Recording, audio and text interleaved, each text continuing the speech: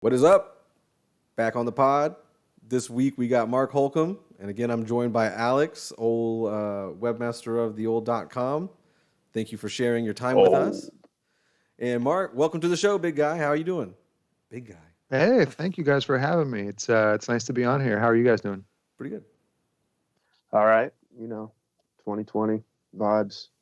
2020 vibes. I Yeah. feel you, man. Sitting here wearing sweatpants. Well, technically not sweatpants. Shorts for once. I typically wear sweatpants around the house. I feel like I've worn sweatpants every damn calendar day this year.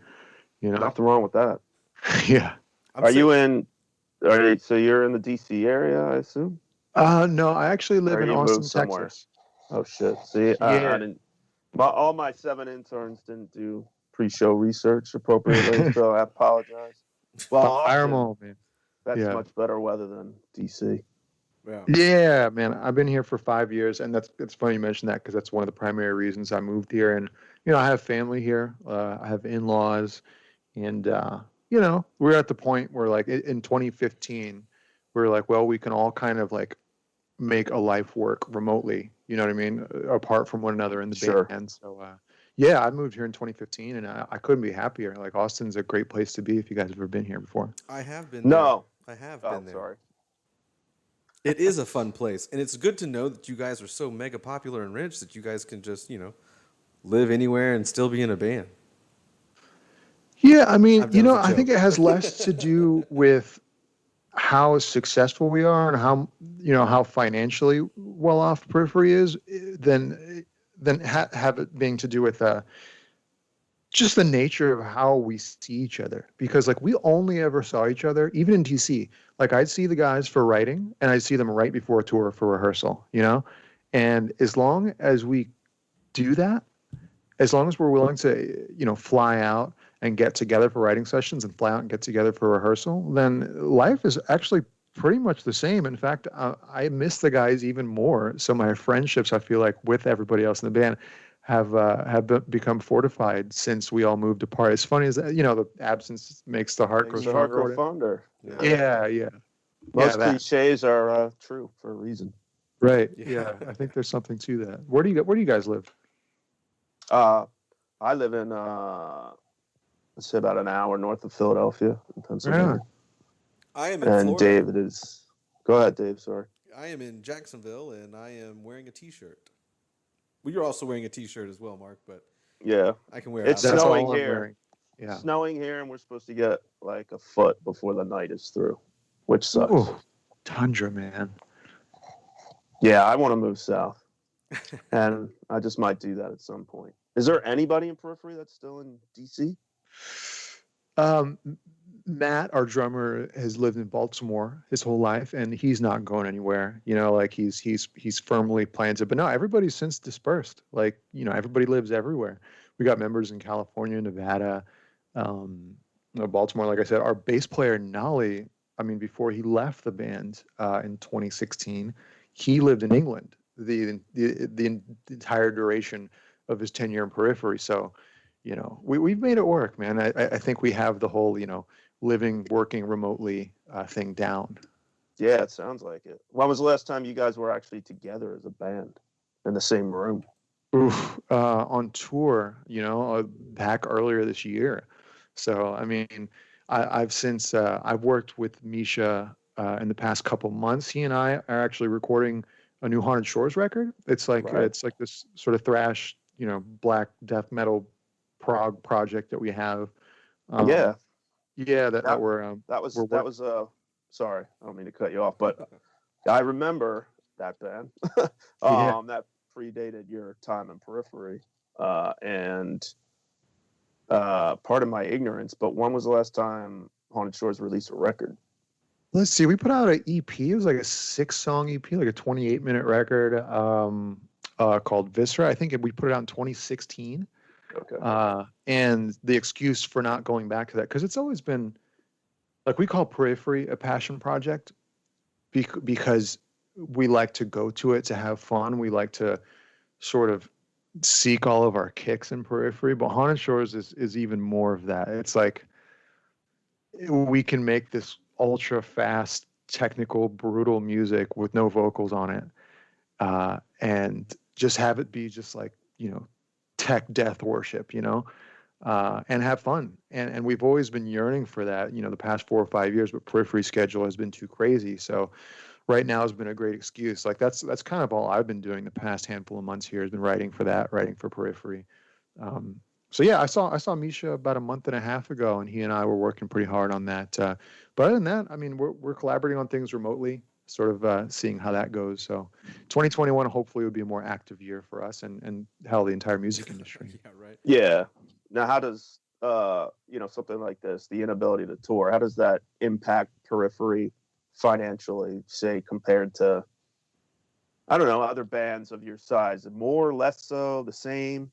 I know, obviously, you guys have your own label thing going on, so perhaps that affords you a little bit more insulation from, the requirements of touring. But I imagine this has been a big pain in the ass. It has. Thankfully, it hasn't been a backbreaker, which is kind of what I dread on behalf of a lot of other bands and artists out there. Artists that I love. Fortunately, I'm in a position, and we're in a position where this is not going to destroy us, it's not going to break us.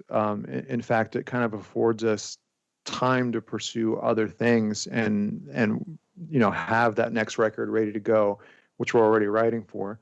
And to answer your question a little bit more directly, I don't think it's affected us as much as some of the other bands out there, mainly because sort of around 2014, 2015, we kind of had this change in the way we operate. Because if you look at us historically, I'd say anywhere from 2009 to 2014, we would be on tour a lot. We would tour anywhere from 4 to 7, maybe 8 or 9 months a year, some years. And that took its toll on us as a band. We went through a lot of growing pains around 2013, 2014.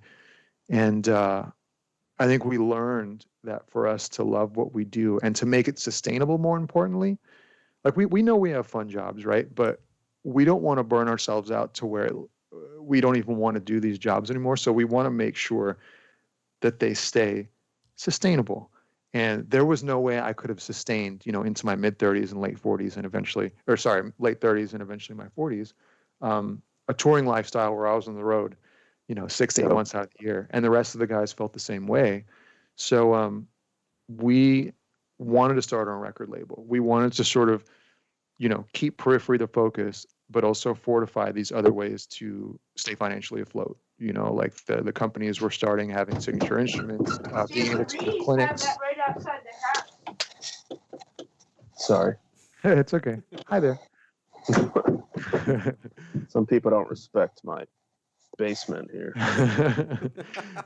Yeah. But yeah, it's something that we've had in mind for a long time, to be less reliant on touring and sort of have the freedom to pursue these other avenues in our respective careers, so that, we don't have to spend so much time touring.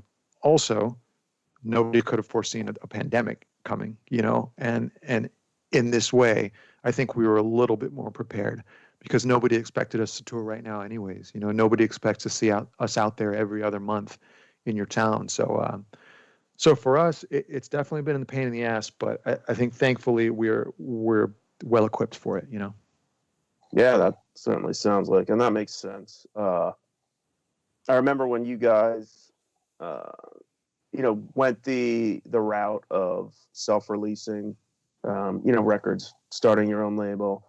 There was much publicized, I don't want to say argument, but just discussion, with Ash of Sumerian Records, and he seemed to think it was a bad move. Obviously, it's in his best interest to not have you guys leave Sumerian. So, whether or not that's an honest opinion coming from him, who knows?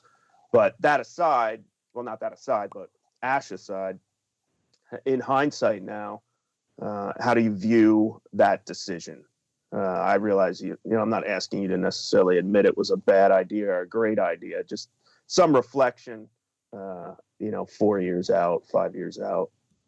Yeah, and first of all, that's one of the reasons we loved working with Ash, is, because he always shot straight, and he always spoke his mind to us, even if he knew it would rub us the wrong way, or if we wouldn't agree with it, he would always deliver what he thought very directly to us. And I remember that.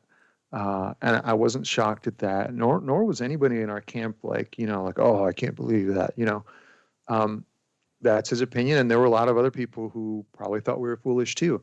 And we respect those opinions. For us, I think it just boils down to this obsession that dates back years, really, to having our own autonomy, to having control over it, and not to say that us being signed to Sumerian or whatever other record label had we signed somewhere else, that would have been a hindrance or would have colored our music in some way, which I don't think would have been the case. We just like having control of everything down to the bone. And to answer your question, I don't regret, founding our own record label. If anything, it's sort of reinvigorated my love for doing this and reinvigorated my love for finding new bands, because we've been releasing, for instance, we put out P4 on it. We put out our last record. We've been putting out all of our side projects. The next Haunted Shores record that's, approaching its finish here, that'll be out on the record label. We put out a release from this band called Infinity Shred last year. And, we have some other things in the pipeline that have nothing to do with Periphery or any of our sort of satellite projects. So that's been a big difference in my life personally, just getting excited about discovering new music again. So no, I'm very content with it. And I think it's one of the best decisions we've ever made as a band. It's something that we had daydreamed about for a long time.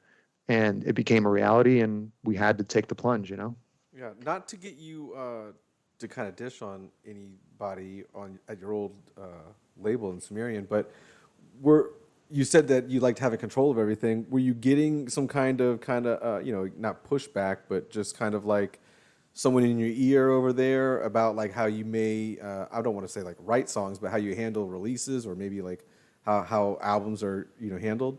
Is that why did that play into the whole thing about taking the reins in your own hands?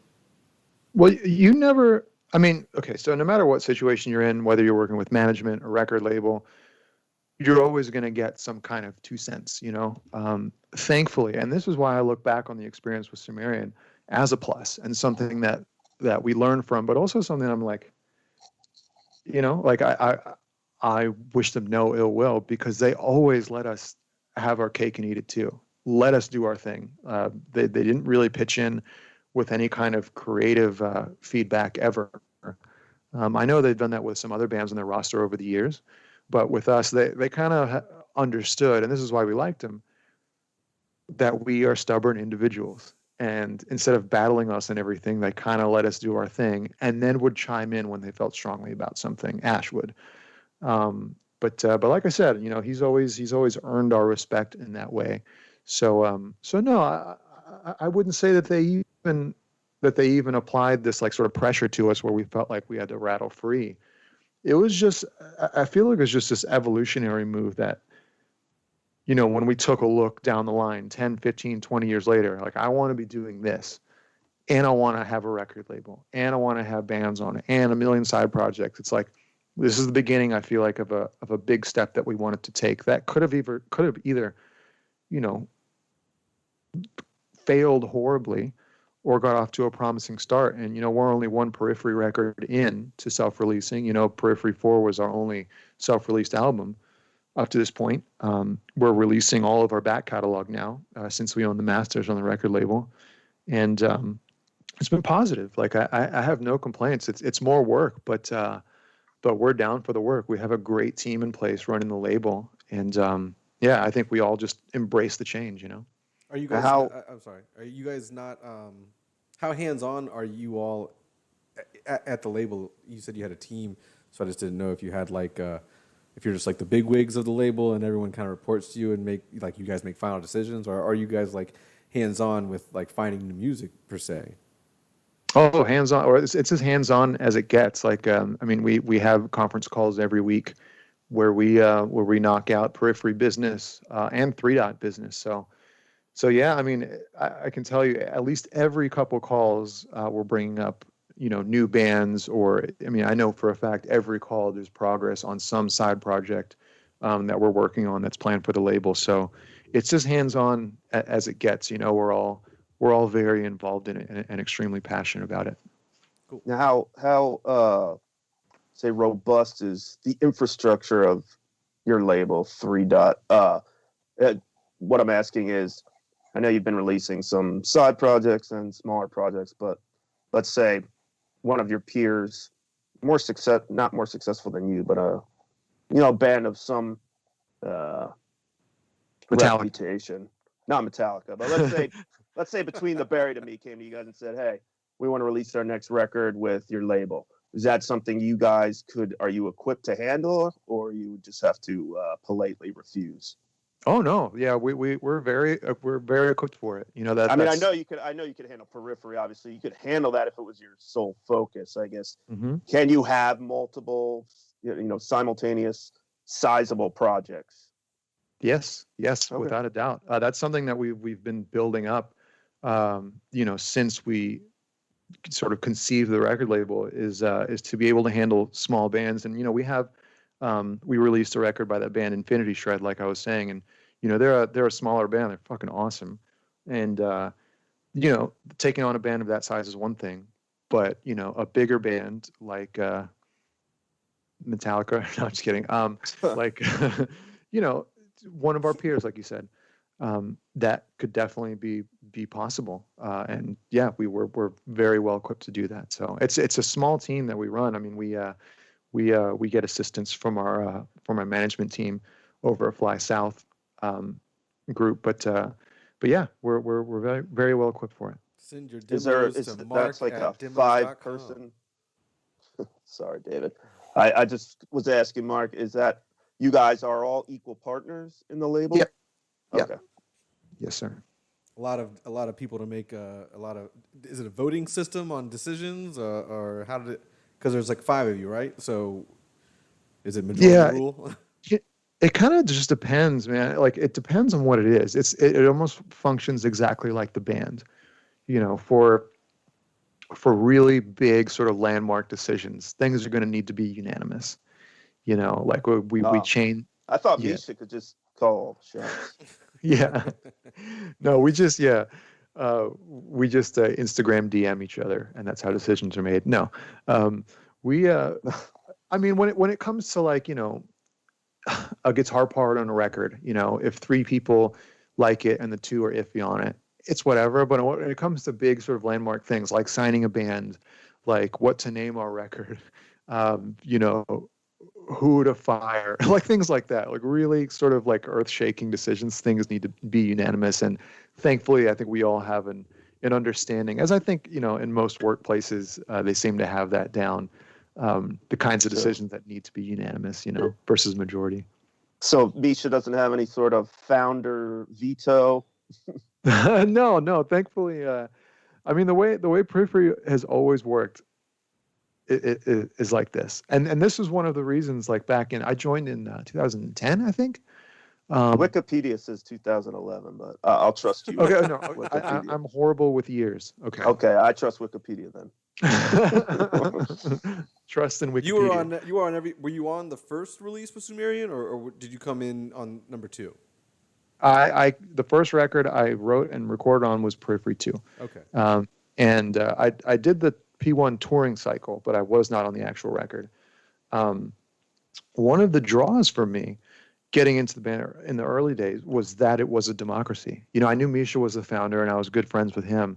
But when I sort of found out the dynamic of the band was that, at this point in time, whenever it was, 2009, 2010, 2011, the first record consists mainly of demos and ideas that Misha had conceived over a handful of years, but the band was looking to go into this more democratic direction where the whole band would be writing songs. There wouldn't be a sort of monopoly on the shares from the band. It would be owned by everybody, 1/5 per member, 1/6 per member when we had a bass player. So I wanted to be part of a band, and we've always functioned like that from top to bottom. Albeit Jake and Misha have been around the longest in the band. I think Misha started the project Periphery in like 2006 or something like that, and then Jake joined up in 2007 or 8. Again, I could be fucking up the years, but Sounds about right. sounds about right. Go Wikipedia. Well, that's pretty cool. And I mean, the democratic process. I honestly, I just assumed like Misha ran the show, and you guys had to defer to him. Not that he wouldn't, solicit and accept advice. Just I don't know. The impression I got as an outsider was, the buck would stop with him. Well, his sort of role in the band is extremely vital because he's always been the absolute best in our group at arranging and recording and engineering. So to have him sort of head up the writing processes, to be manning the computer while we write, and have him sort of be in charge of arrangement, and just a lion's share of recording when we're demoing, when we're writing records. I mean, he takes on so much, and he wears a lot of hats in that regard. He's sort of the leader in that respect. But down to a business standpoint and down to decision making and all that, we're very, very much democratic. I thought you were going to say he's the best guitar player in the band, and that would be who is the best guitarist? Yeah, that was my Which next begs the question. question, if who we is the talk about best? it. That would of course be me. No, I think That's we all fair. have no, I think we all have our strengths. I think Misha is the best at coming up with just these wacky riffs and lead lines and riffs and songs, man. Like he's an alien, he's one of a kind. Jake has this really clean sort of like textbook technique on guitar, and I'm just a hack. Cool. I'm a hack. Is that a joke, or you're really? No. I mean, I feel like I've grown leaps and bounds from just being around those guys. I don't know. I just do my own thing. I don't like to self-critique. I don't know. Like, I have my strengths, and I'm definitely aware of that. But I'm more of like a riff writer. Like, I'm not the craziest lead player in the world, but I pride myself a lot on writing riffs and songs. And yeah, again, that was one of the perks of joining the band back in the day. Was if you join up, you can contribute songwriting ideas. Like, you come to the table and we want you to be in the shit, like in the songwriting process. And yeah, I mean, when I joined, they asked if they could use Scarlet, which is a Haunted Shores song, and have it be out on Periphery too. So that's just an example of what I was offered in the very beginning. And yeah, I walked into a really good situation, to be honest, That certainly sounds that way. Speaking of guitarists, you've toured a lot. You've played with a ton of different people. Any guitarists in the scene over the years that sort of astounded you, were surprisingly good? Anybody come to mind?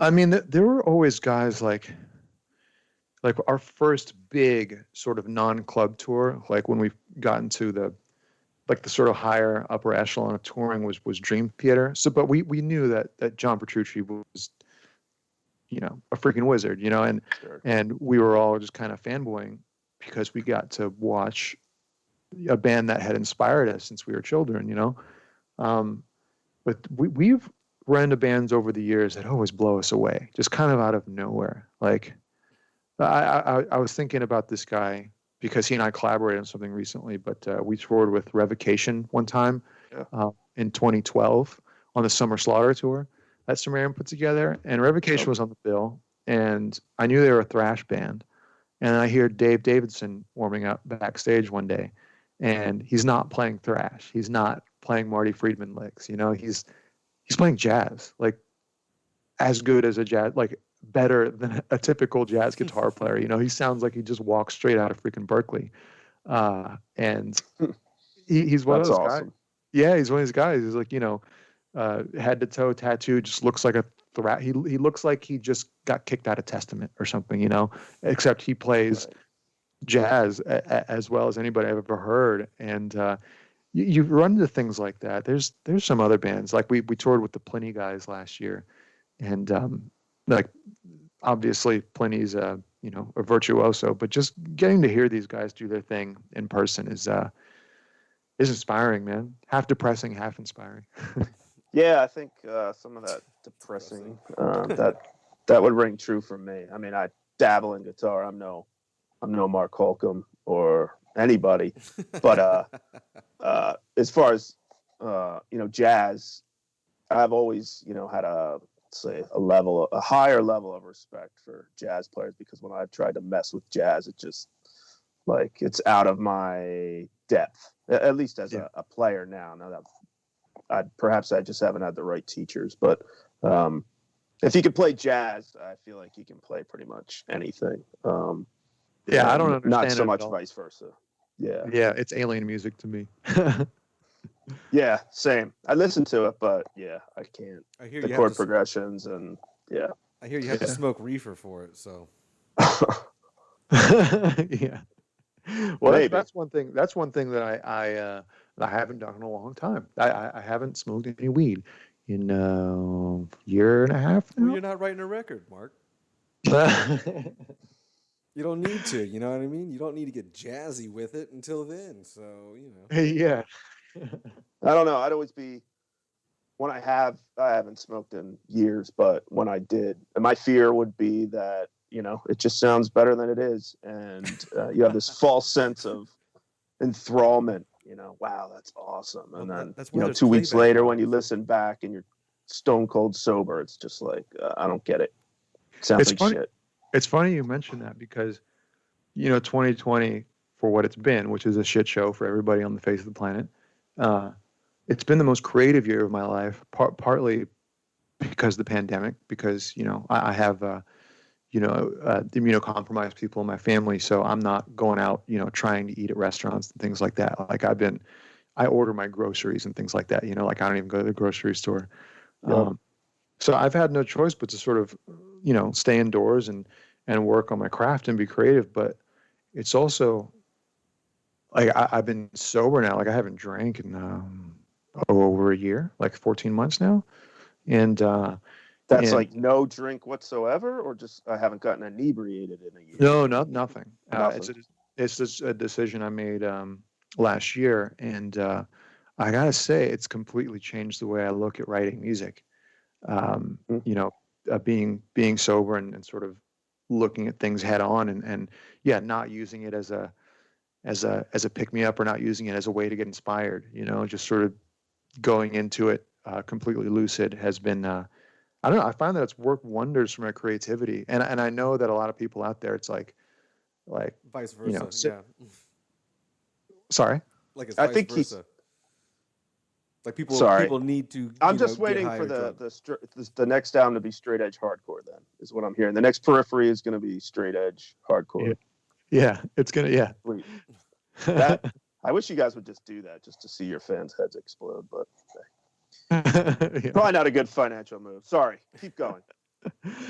Yeah, you heard it here, folks. Periphery 5, straight edge hardcore. I just posted the headline on Lambgoat. Yeah, it's gonna be a 22-minute long record with 19 songs. But yeah, so it's completely changed your your writing process. Yeah, totally. Like I've been I've just been writing a ton, and I've been looking at creativity as sort of this way to just to sort of simulate like a 9 to 5. Like I'll get up and I'll drink a shit ton of coffee, and I'll just get to work and start writing and start recording, and that's my day, typically.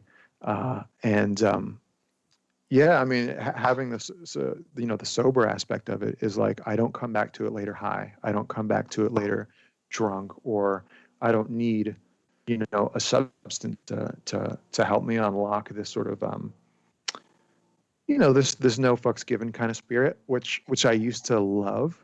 Like that you just shed all of this sort of, what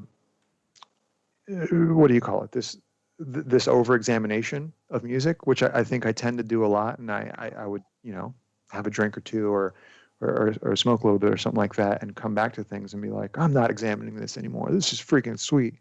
But it is learn to reach that level without having to use something as a crutch.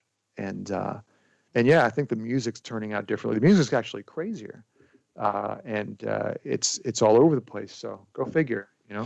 Now, is that going to be the sobriety? Is that going to be a challenge when you're back out on the road? Is that something you would utilize, sort of calm your nerves, playing before big crowds, that kind of thing?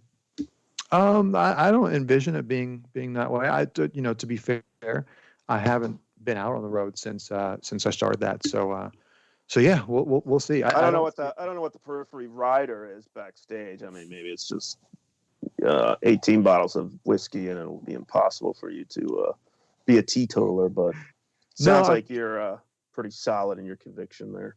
Yeah, and that's what it's all about. Like I know plenty of people who tour sober, and that's really what it comes down to. Is like you have access to whatever you want. You know what I mean? If X or Y is your vice, I mean you have it. You know,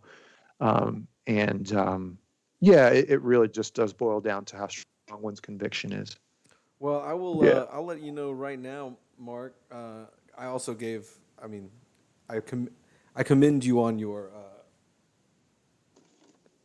sobriety, obviously, but I also myself gave up drinking for a year, and I'll tell you right now, it ain't gonna be fun if you decide to start drinking again. That's for sure, because I'm sure you had a certain pace that you were used to, and all that other stuff, and all that will come back to you right away when you want to start drinking, and it'll really get you down in a bad spot. You'll get drunk way quicker, obviously, because your tolerance will be down, but the hangovers are so much worse now. How old are you, by the way?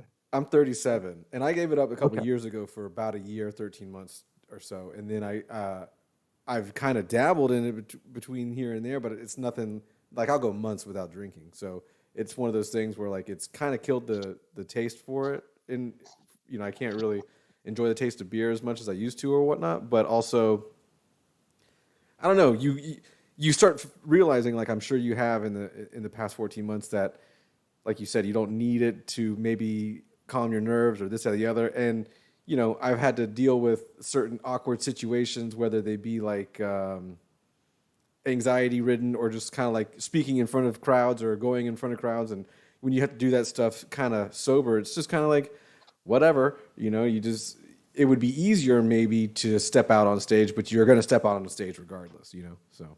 Yeah, I know what you're saying. I grew up a very nervous, anxious kid. Like and that's why I liked it when I was like a 16, 17-year-old. Is that it helped me break out of that, helped relieve a lot of my social anxiety, performance anxiety too. Like when it came to performing music. But yeah, for me, the fun part has been learning how to take on these things. And I say fun, but I'm just trying to convince myself that it's fun, Yeah.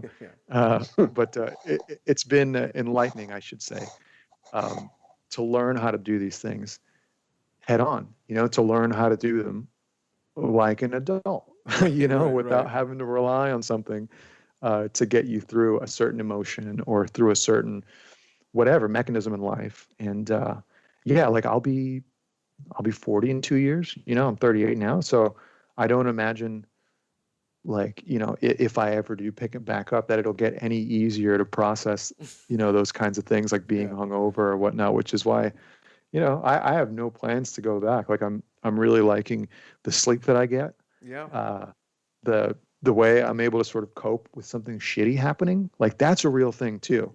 It's like after a bad day or after something less than ideal happens, it's like I feel like we're trained almost societally to be like, fuck man, I need a glass of wine. All right, God, I need a beer, Sure. Or like even if your freaking football team loses or they win, or like you're just like, oh, I'm gonna go celebrate. We're trained to numb rather than confront adversity, and being forced to confront it, I think, is a positive thing, albeit it can be painful. Definitely painful. But yeah, I feel like learning these things, it's like strengthening this muscle. Like you get better at coping with those things. And then the next thing that comes, who knows what it is, you're able to face it with a little bit more awareness and strength, and not sort of hide from it. So do you have any vices now? Are you a coffee guy? He drinks a lot of chronic coffee. masturbator. Smoker? Chronic masturbator. Well, hey, that's more healthful, I think, than than alcohol. Do you switch No. up? Do you switch from left hand to right hand, or do you just kind of always use your shredding hand? You know what? There's this trick called the stranger. Oh, No, I'm yeah, just kidding. yeah. Familiar. I'm familiar. I've heard that one. um, no, I mean, I play a lot of video games. Like that's always a vice. But again, it's just like everybody plays video games, man. Like I'm not sitting there like, just ordering 9 pizzas a day and gaming 24/7. But I get over invested in video games. I watch a lot of freaking Netflix because it's quarantine 2020. But I everybody has their vice, everybody has their issues, but mine thankfully are not revolving around substances anymore. So thankful for that. What Serial was, killing? There's got to be Serial something. killing, maybe.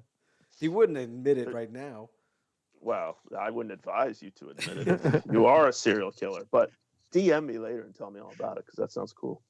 Yeah, because that'd be a juicy break Yeah, on yeah, Lambgoat, We've had some of Yeah. those. We've had some. Please good be a ones serial killer and please give me an exclusive. Thank you. So, what was your choice of drink when you were partying and everything like that? Were you a beer guy? Were you a liquor guy? Or, I was wine. I really liked wine, but now, man, like it's funny because like the to imagine the taste of wine almost grosses me out. I don't know what it is, Get but that. like I think it's Gross as because it is gross. You just got used to it. maybe, or like the way it made me feel. The one thing that like I was telling my wife is like I like the sort of refreshingness of a beer, and I drink non-alcoholic beer, and Okay. I like kombucha, and it has that fizzy quality too. But nothing about the inebriation I miss. But yeah, if I had to say one thing, I would say that I miss that like a freaking cold beer on a hot day. But again, it's all kind of remedied by the fact that they make beer with no alcohol in it, which I was just telling someone the other day. It's like I could drink like freaking 9 of these and I wouldn't feel anything. I get to have the things that I like, but not have the things that I don't like, which is being fucked up. So It's a win-win. yeah, It's probably, are those less expensive or more expensive than? I think they're the same price, man. Like Okay. I think they're the same price, which is weird. You'd think they would be like $1 for a 6-pack, Yeah, because that it doesn't should have the be, stuff that people are after. Yeah, I guess, they but should perhaps definitely. the proper synthesis of chemicals is expensive or something. I don't know. Well, there are not as many chemicals going into near beer as there would be beer. Alcohol is definitely not in there. So I would assume it's everything but alcohol. Yeah. So that Well, should there's got to be be cheaper. something to simulate the. Well, I'm so ignorant now. I remember back in the day, 'cause my father went through, periods where he would try drinking non-alcoholic beer like Sharps and whatever those shitty brands were, and O'Doul's.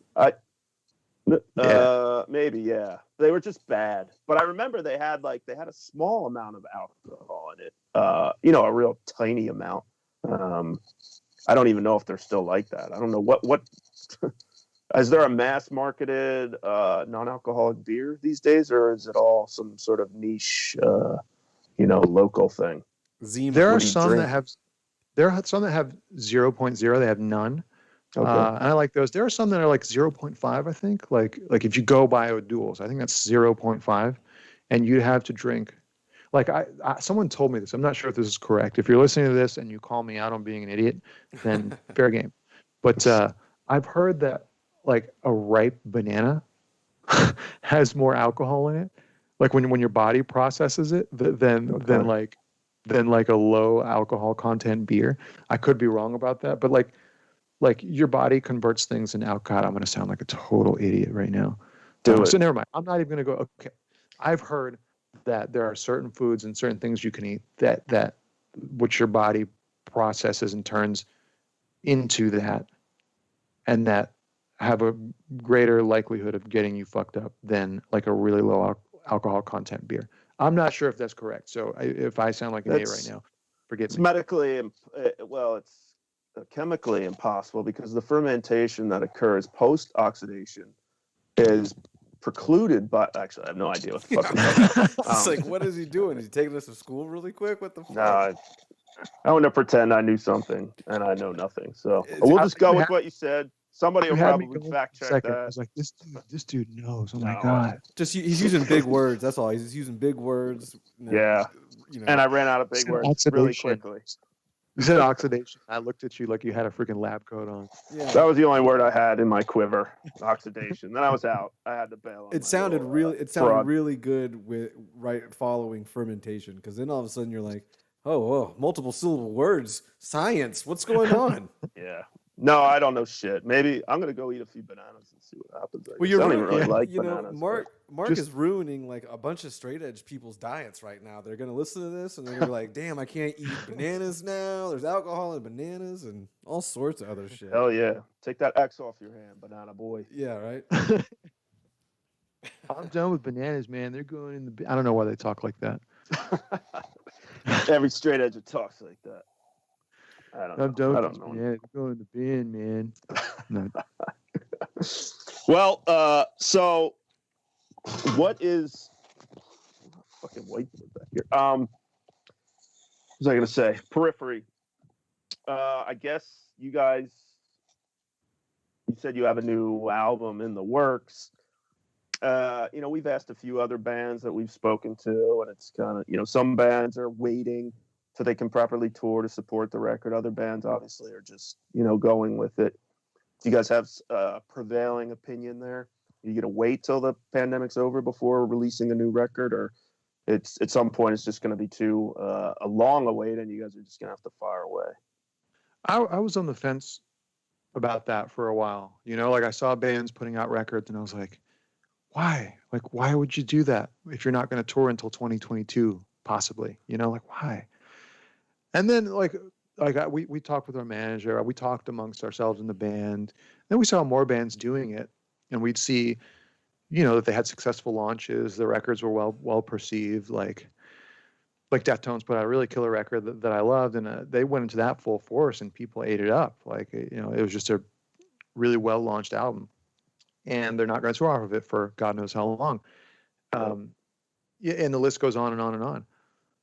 But I think where we're at right now, like we're not even sure if it's going to be a record. We're just writing, and we're going to see what happens. Which is, I think, how we start all of our records. Like we don't know if it's going to be Juggernaut or Periphery 2 or Periphery 3 or whatever. Could be an EP, could be a single, could be whatever.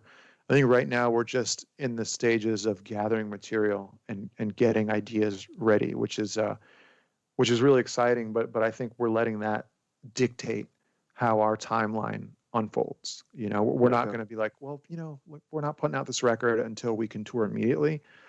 I think the value in that is diminishing as time goes on. The more sort of nebulous this whole pandemic music industry situation plays out, the more uncertain everything's going to be because of that. So, we're not being held hostage by the pandemic as far as releasing music. For us, unfortunately, the inconvenience is just like we were talking about, living far from one another, not feeling safe to travel, to get on a plane away from loved ones at a time like this. So yeah, I think it's more that we're letting that dictate what we do with music. But to answer your question, no, like we're not waiting for the industry to come back full force to release music. Like it'll be out when it's out, just like we've been operating for the past, Gotcha. It's decade. not changing the operating procedure. Have you For guys sure. been look, some bands now, American bands who have started announcing European tours for fall of 2021? Is that on your radar at all? I saw that, man. That also gives me mixed feelings because it's like, A pipe dream, maybe? yeah. And I see these tours and I'm like, damn, that's an awesome bill. Like I get lost in the looks of Right. it, and I'm like, whoa, I'm jealous. Like they're going out with them and they're going out with these guys. And I get stoked for a second. And then you're like, and is it even going to happen? Right. And like as a concert goer myself, as somebody who gets excited when bands come to Austin and play in my neighborhood, it's hard for me to get excited about that 9 months from now, and I wouldn't buy tickets to be frank with you. Like I wouldn't buy tickets for a show. I could be dead in 9 months, dude. Like, I don't know, like 9 months is a long time from now. And as a band, like from the band perspective, it's like, I don't know how feel telling our fans that, like, hey guys, get stoked about a show that's happening in a year. It's like, unless it's like some massive festival or something where it's sort of, we're at the mercy of a bigger name or something like that. But no, I mean, for us, like, there's no itch, there's no sort of pressure to announce anything coming back. But I mean, I can tell you right here, right now, we have no plans to tour. We have not penciled anything in because, we're just waiting to see how things play out. Sadly, it's a shitty situation to feel completely, in the dark and to not have any control. But hey, everybody's in the same boat. Nobody's any different than one another. Yep.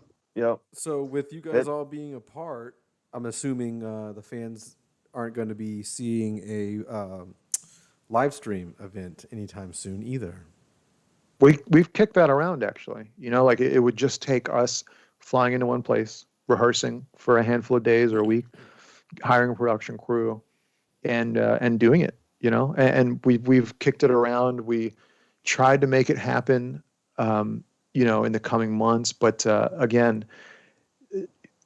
not to sound like an alarmist, it's just none of us feel like it's worth it to leave home right now. You know what I mean? And that's just the plain truth from all of our perspectives. I think I take everything very seriously, and the rest of the band does too. So yeah, I'm not saying you couldn't see that, but I know some bands have killed it. Like I saw Under Oath's thing, and they fucking slayed theirs.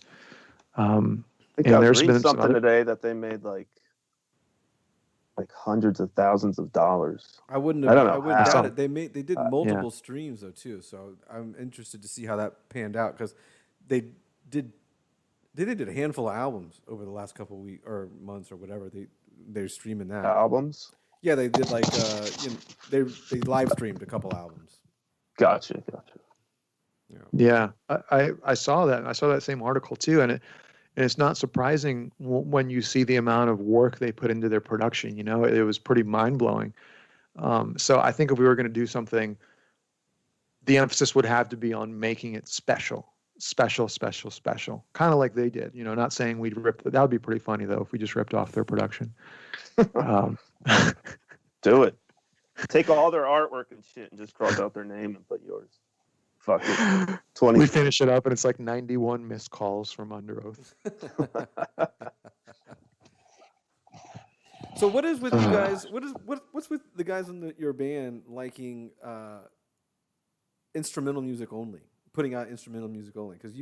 Because Misha also has his side project Bulb that is instrumental, and you have some instrumental side projects. So I would assume because their voices suck. Dude. I would assume the other guys in the other bands are not the bands, but the other guys in the bands probably also like instrumental music. I mean, actually, maybe I'll say something that surprises you here. I prefer music with vocals over it. I do.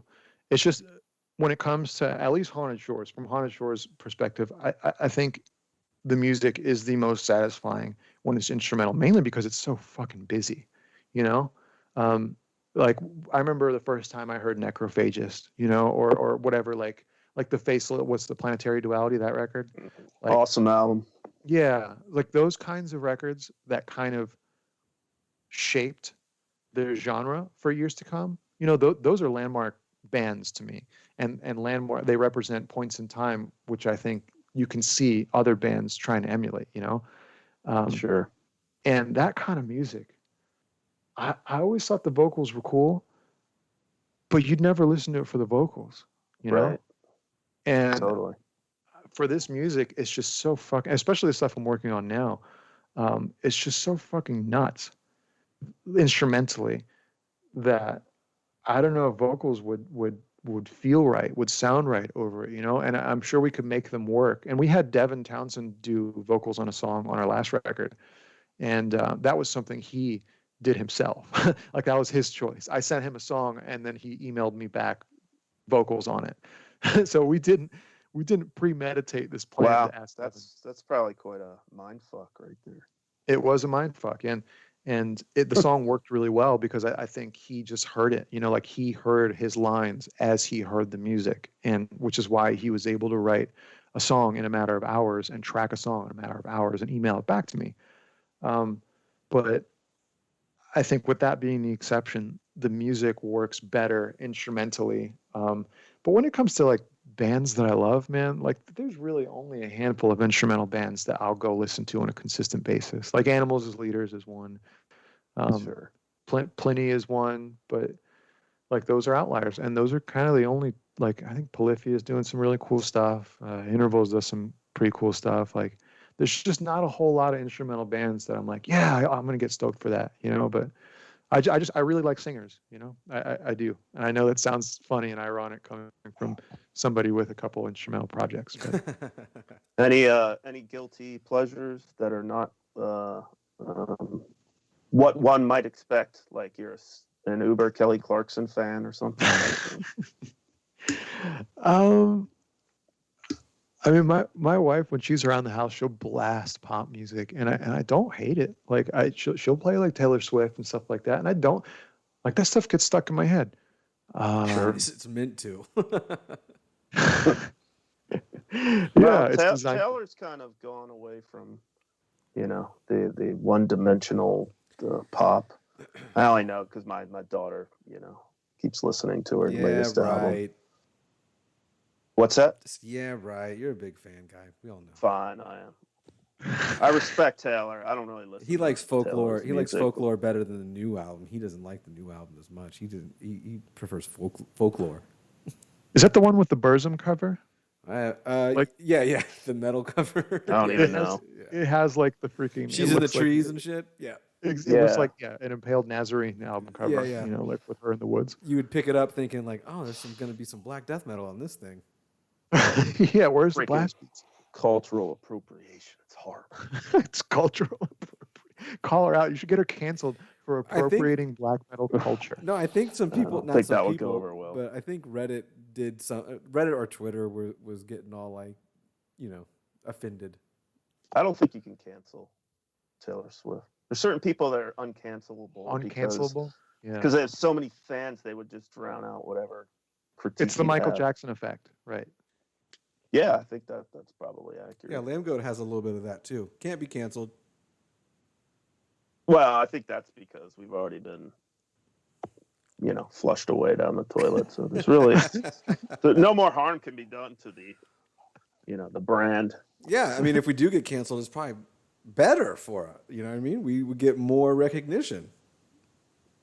I think we're already canceled. I think that's what I'm getting around to saying. You can't cancel the canceled. We were canceled first. Yeah, we were already canceled. Fuck it. You got canceled before it was cool, man. Yeah, something like that. I don't even want to talk about it because it's just so depressing. Sorry, I'm You'll be okay. Thinking about my miserable life. Okay, so your wife plays pop, but you're not the pop. Okay, fan. I mean, there's surprising stuff, but I'm not guilty about it. You know, like there's like, You shouldn't be really. like, yeah, like, that was a joke. You shouldn't have a guilty pleasure. I think. yeah, it was a trick question. You're trying to Unless get you're listening to Attila. me. You know, that's for you, Franz. Not that you'd be watching. He this, might be watching, but he was our first guest, so there's no ill will. That's there. true. No. Oh man, that got me. Like one of my favorite bands ever is the 1975. You guys know them? Mhm. Yeah. Sure. I love them. There's a like an Icelandic composer named Olafur Arnalds he was ranked my #1 Spotify play this year because I'm obsessed with his music. So there's stuff like that. Like there's just and then Hammock is another one. You guys heard of Hammock? I have not. That one I must plead ignorance. Do you guys like really sort of ambient, relaxing music that kind of just like it sits there like really relaxing wallpaper? You don't have to think about or analyze it. Do you guys like music like that? Like Brian Eno, Yeah. airport music type stuff. Yeah. Once in a while, but that's not something I actively try to listen to. The only time I seek out that music is if I actually do want to concentrate and accomplish something without being distracted by whatever's playing. That's perfect because, okay, I'll give you a challenge. Next time you're doing something that requires your undivided attention, whatever, like you're wrapping Christmas presents or whatever, just you're doing something else, washing dishes or freaking getting in fights on the internet with people. Put on a Hammock record and yeah, just anyone. This is open. hammock, like the kind you'd swing in. Yeah, tied like between banana two hammock. The trees. kind you Okay, swing. Yeah. interesting. Yeah. All But right, check that. I'll check that out. Yeah. Goes for both of you. It sounds like it'd be in that Calm app, the app that you can subscribe to, and they read you stories or have calming music to go to bed with rain in the background. I mean, yeah, there's no rain in it, but it is exactly that. Except it's not. It doesn't feel so Kmart. Like when you open these apps and stuff, it just feels like, God, who wrote this crap? True. True. This satisfies that, except it's like lush and grandiose, and it'll fucking move you, man. Like, it's been a big discovery in my life. Do you listen to the Chilled Cow on YouTube? Is that a person? It's a YouTube account, but they live stream lo-fi hip hop beats like all day. No, That never sounds heard of horrible. I don't know. Well, it's not horrible, Alex, but I don't. Since you like that kind of music, it's something that I'll put on in the background. Like my dad used to, when on the weekends and stuff like that, he would put on jazz music, like the jazz radio station for the local area here, and I attribute that to kind of like my version of me putting on jazz, which it's not the same, obviously, but it's just like a chilled lo-fi kind of background noise that's not necessarily like elevator styled music or whatever. Yeah. I know what you're saying. It's like this middle ground. It's meant to sit in the background, but it's not music, so to speak. Yeah, music. Yeah. Music. Well, we're talking about music, so I guess we've probably covered everything worthy of covering. Are you anything we're I got forgetting some. here, Dave? What are your big albums for the year? Since you had plenty of time to listen to albums, they necessarily don't have to be in the heavy genre, but they obviously, like the people who are listening to this probably would want that. Yeah. Do you have any 2020 tops for the year as far as releases? You already mentioned Ohms, so. Yeah. The Deftones record was really good. What else came out recently? The last Plenty record that came out a couple weeks ago was amazing. I'm literally looking through my Spotify list right here. I really like the last Bring Me the Horizon record. I know they get a lot of shit. Interesting. Yeah, I really like it. Just because it's like they you can accuse them of wanting to be a radio band, of wanting to sell out, wanting to make more money. But to me, I hear a band that just doesn't give a fuck about what anyone thinks. It's like, we're going to have a song with the Evanescence chick on it, and we're going to write a pop song, and we're going to have Baby Metal on a song. And we know people are going to shit all over this, but that's what I hear. You do have to respect their independence for sure. Yeah. Do we though? Do we? I don't know. I do. I don't really even listen to them, but I do appreciate the fact that they, at this point in time, clearly do not cater to anyone but themselves. No. They've definitely gotten successful, and I don't want to take away from their success or anything like that. But it just, I don't know if I'm buying it. That's all. That's fair. That's all fair. right. We better move on. Have you guys heard of a band called Sleep Token? Yeah. Okay. I'm not intimately familiar with Sleep Token, but okay. Well, they put out a record. I don't know if it came out this year. It may have come out late last year.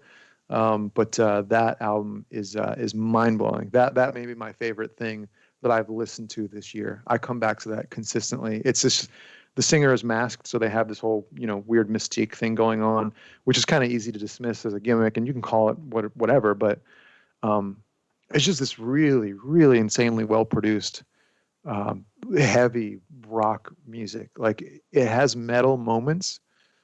Masked. So it's like Slipknot. More like Mushroom Head, but similar. It's emo. Yeah, it's emo Mushroom Head. That sounds really bad. Sorry, I thought we were talking about cool. Bring Me the Horizon. Sorry.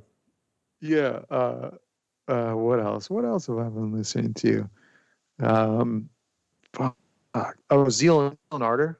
They put out an EP that I think was freaking fantastic.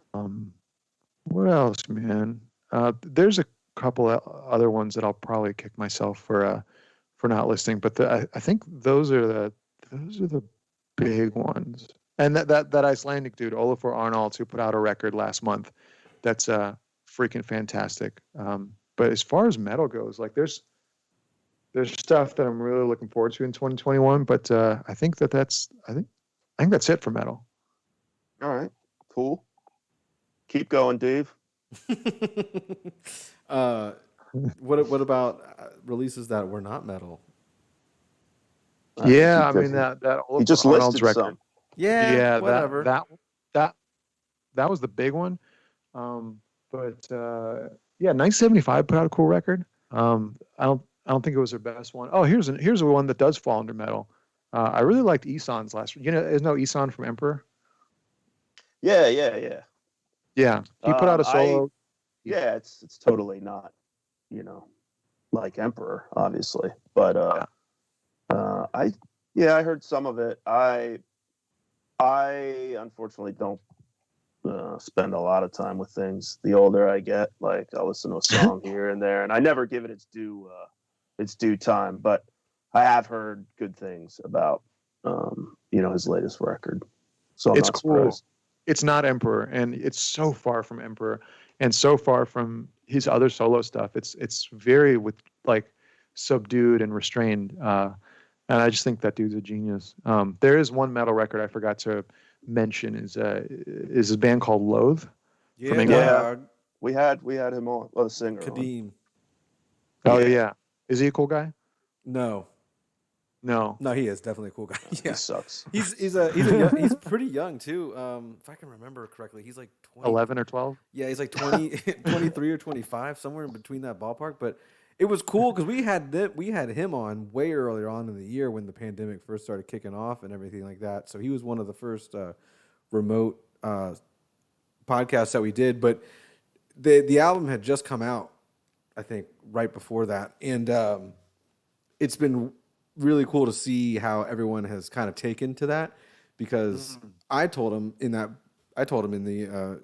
the podcast that I was like, I think this is probably going to be one of my favorites for the year, because I don't know, it's just like a groovy, sexy Deftones, like metalcore Deftones is what I called them. So it's been really interesting to see everybody else kind of grab onto that, and they're going to be, they already are, but they're going to be in a lot of top 10 for the year, charts or top whatever for the year. So they're great. Yeah, band. dude. I agree with your with your assessment of that band and that record. Man, there are moments on that album. I would probably have to call that maybe my top record, or maybe the second one behind Sleep Token. There are just some moments on that album that are like the heaviest thing I've ever heard. Like that I'm like, what the fuck? Like the way it's produced and the way it's mixed and just the way it's presented. It's just like, Jesus Christ. Like, why do I play metal? Like, why? Like, why do I try? Like, nothing is going to be heavier than this.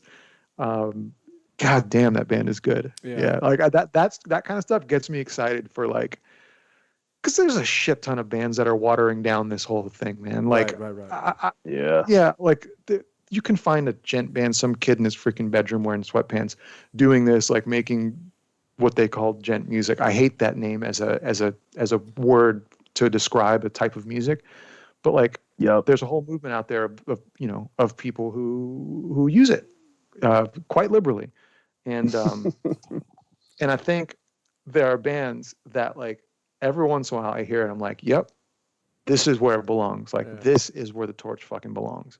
And I believe that band has it all right there. So I hope we get to share the stage with those guys sometime soon, man. That band is fucking excellent.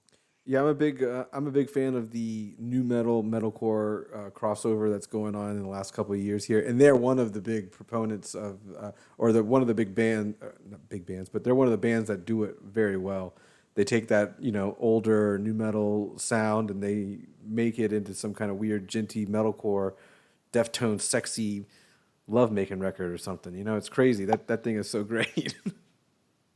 Who are other bands that are doing it? I'm just, pardon my ignorance. Are you like talking about bands like Issue? Like who are you talking about? For I just want to know. A new metal like crossover bands that band? do that, like sort of like that cool new metal melding kind of thing. Oh man, Burials is one of, I don't really want to call them like a new metal crossover, but Knocked Loose, I feel like Knocked Loose is a big one of that. They take a lot of older 90s kind of alternative rock, early 2000s new metal, and they do like a good hardcore metalcore mashup with it. Some people do not agree with my opinion of that. Nah, but, you might take some heat for that. yeah, but I love it, so I'm not talking shit. I think you just called Knock Loose Limp Bizkit. That's what I heard. And if I did, that's the biggest compliment they could ever have gotten from me. So, and I'm not shitting on either of those bands. So they're both my faves. But they're a good band for that. Orthodox is another band from Tennessee. We've had them on the podcast. They're also kind of one of those good kind of crossover bands. I don't. My mind's going blank, but there's a bunch of them out there. And once you get on Spotify, it'll fucking shoot you a couple more bands that the fans also listen to this. So. Okay, well, I that gives me a couple of new bands to explore. And I hear what you're saying too about the older you get, the less patience you have for listening to a ton of new things and spend your whole freaking day discovering things. It's like that's not me anymore. That was me in my early 20s. Now I'm just a bitter old man who hates Djent bands. So, yeah, that's about it. That's about it. Yeah, I'm just kidding. But yeah, that gives me some Spotify fodder. Stray from the Path. That's another one too. They've been around for a little bit. Stray from the Path. They're awesome. Yeah, but the last album they did, not this year, but last year, no one told me it was like a perfect marriage of new metal and hardcore, because that is a great record too. It's I didn't even hear what band you said. Stray from the Path. Yeah, Stray from the Path. Oh, Stray from the Path. What, you just discovering them now? Where were you? No, 10 years ago? I'm saying that this album they just recently did, because I went and when I listened to it, I was like, holy crap, this is like a new metal record. It reminded me of, there's a band from Europe, Germany or Denmark or something like that. They're called Nasty. And they put a record out this year that was pretty good too. That was along the lines of the metalcore new metal vibe. Stuff I heard was pretty cool, but I mean, Straight from the Path, they were always, every time they'd release something, it was like, this is a Rage Against the Machine ripoff. But I haven't really listened to their latest record, so I don't know. I haven't either. I'll check it out though. Yeah, it was last year. Everybody's got homework assignments. I gotta go listen to Hammock. Yeah. Hammock. Hammock. Shit. You're not here in Pennsylvania Dutch country. We say hammock. Yeah, you're gonna be listening to a whole different. You're gonna be listening to a whole different record and be like, I'm not understanding. I'm not understanding what Mark was talking about. Why the hell is he recommending this bluegrass band? So where's music going? Where's music going, Mark? The label master and guitar virtuoso. Where do you foresee heavy music going as far as like the marriages of genres, and everything like that? I don't know. Like I get excited about it. Like I know a lot of people like to be defeatists, and it's not like it used to be, and this shit's dead. Like some of the bands that we listed, like those bands genuinely get me stoked for where things are going, and it's just cool to hear.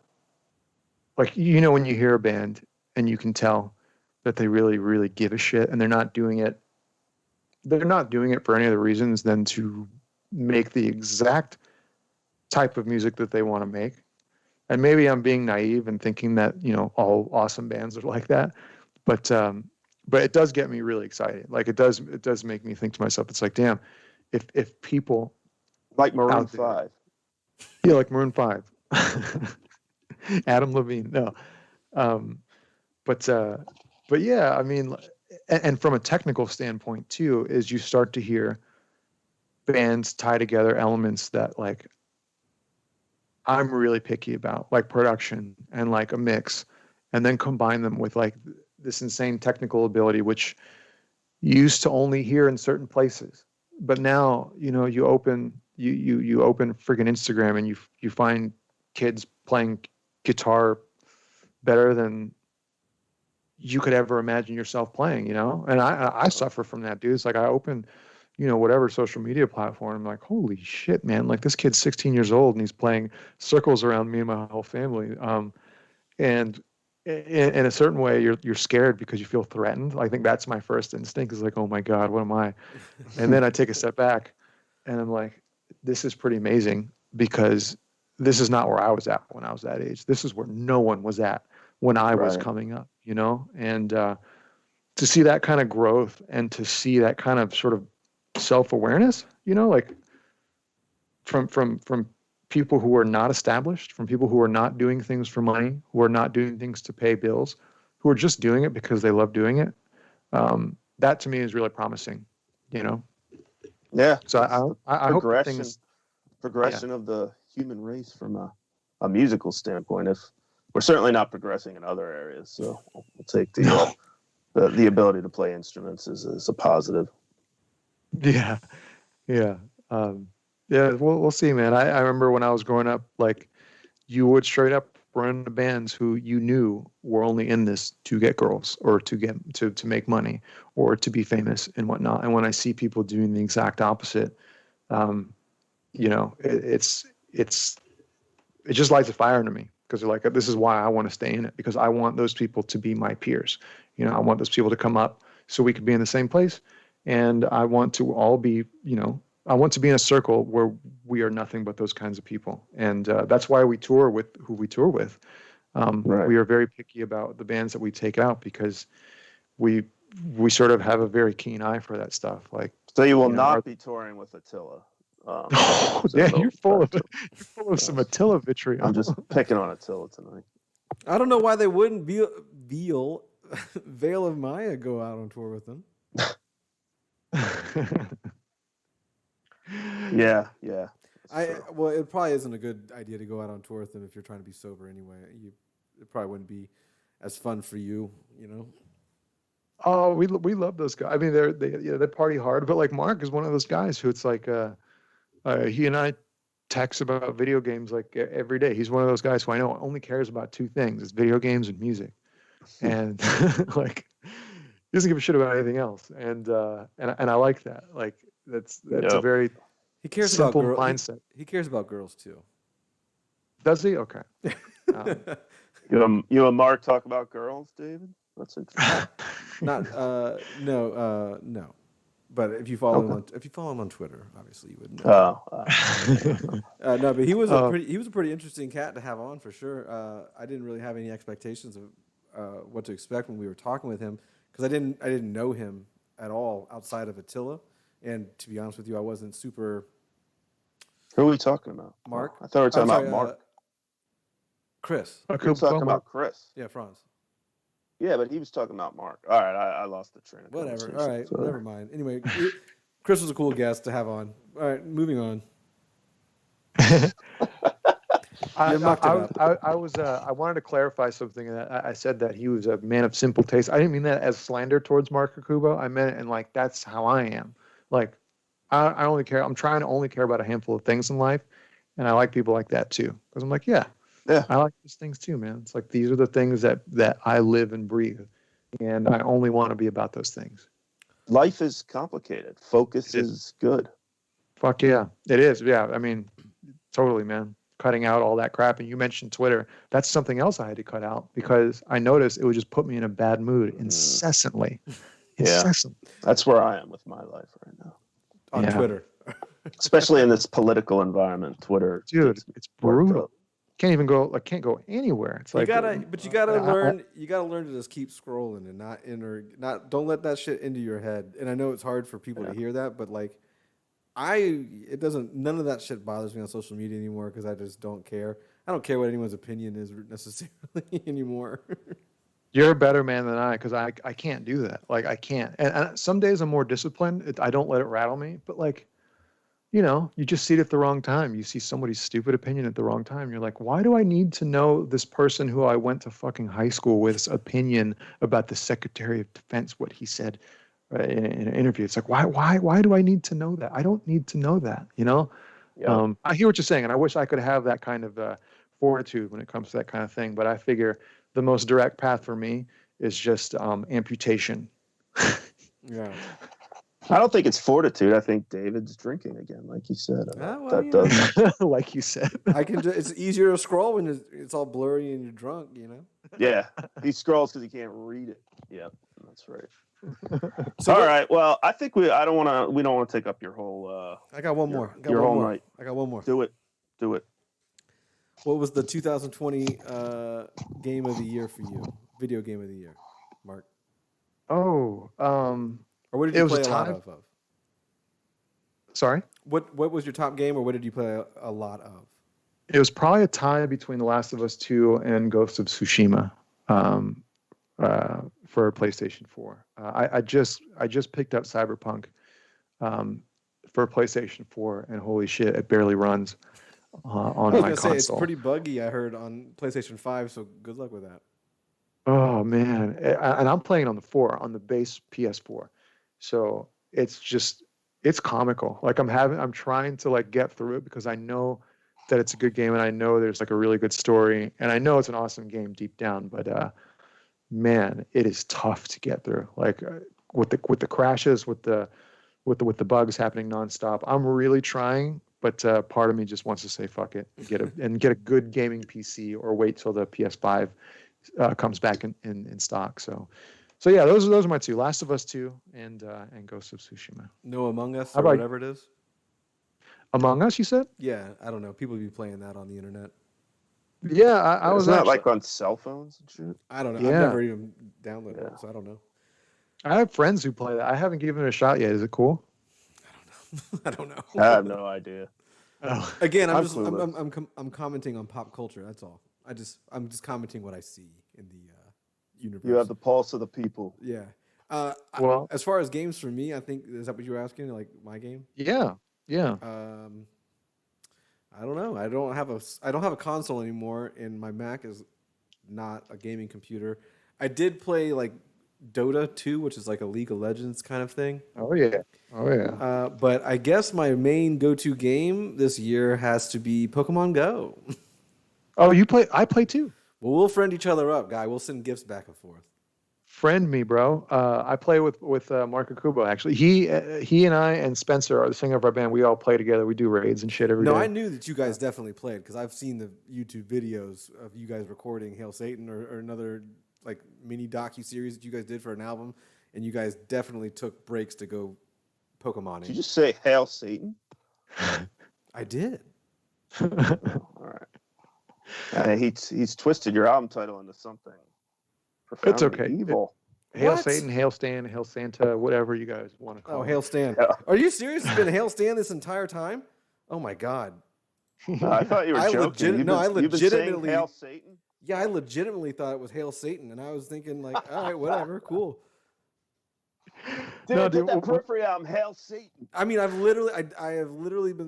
listened to it. I have looked at it many, many times, and I guess it's just one of those things. It's like when you're a graphic designer and you see the same word over and over and over and over again, but in different fonts, it just automatically looks spelt wrong. So, I think it means you're an innately evil person, David. maybe, Sorry, yeah, sorry to maybe be the bearer of bad news. Satan is just twisting it to make me see it, and I can just see Satan wherever I look. When we announced that album title, so many of our fans took to social media. They were like, "I'm so disappointed, guys. Like, why the Satan worship? Like, I'm so bummed out." Like, Yeah, I was one of them apparently. I was going to say, that was probably Dave. You've Fucking lost guys a fan. betrayed me. Oh my God, that'll be something Yeah. they'll talk about now. Good. Yeah, Well, you're just trying to live down Vila Maya, and now you're on Hail Satan. Well, I like the other band Zowl too. That's a good band. I like Zowl. Yeah. I like Zow. Yeah. That's all right. I'll go sleep in my hammock. Ham hock. Anyway, all right. Well, Before think we before I covered a lot fuck of up anything deep else. shit here. yeah, this was awesome, guys. No, we totally appreciate it, man, and we look forward to something from Periphery someday. Yeah, and the Haunted but- Shores record too. That'll be out. Oh yeah. I want to hear that. The way you've described it, it sounds pretty crazy. I'm down for that. Yeah, I'm stoked for people to hear it. I'm really, really psyched for it. So And yeah. Mark, I'll send you my Pokemon trainer code via the not Snapchat, via the Skype, and we'll send some gifts back and forth. Do it, man. Do it, and we'll get that incel life on. You know what I mean? Fucking Pokemon yeah. Go all day. Hell yeah! I just need some more remote raid passes. You know what I'm saying? Yeah, buy them, dude. That's what I do. I have no shame in saying that I pay money for it. You know, I said it. I should because I play the damn game so much that I feel like, I mean, I've been playing for years, but I feel like I should spend money on it. But then again, part of me is like, I'm not there with the spending money on cell phone games because to me it doesn't feel like a game. Does that make sense? But yeah, but nobody's looking. Like nobody's ever gonna know. Just do it and then forget it happened. You know, like just do it real quick and then don't ever think about it again. Did you So buy it just never $100 happened. worth of Pokemon coins? No, I don't know what you're talking about.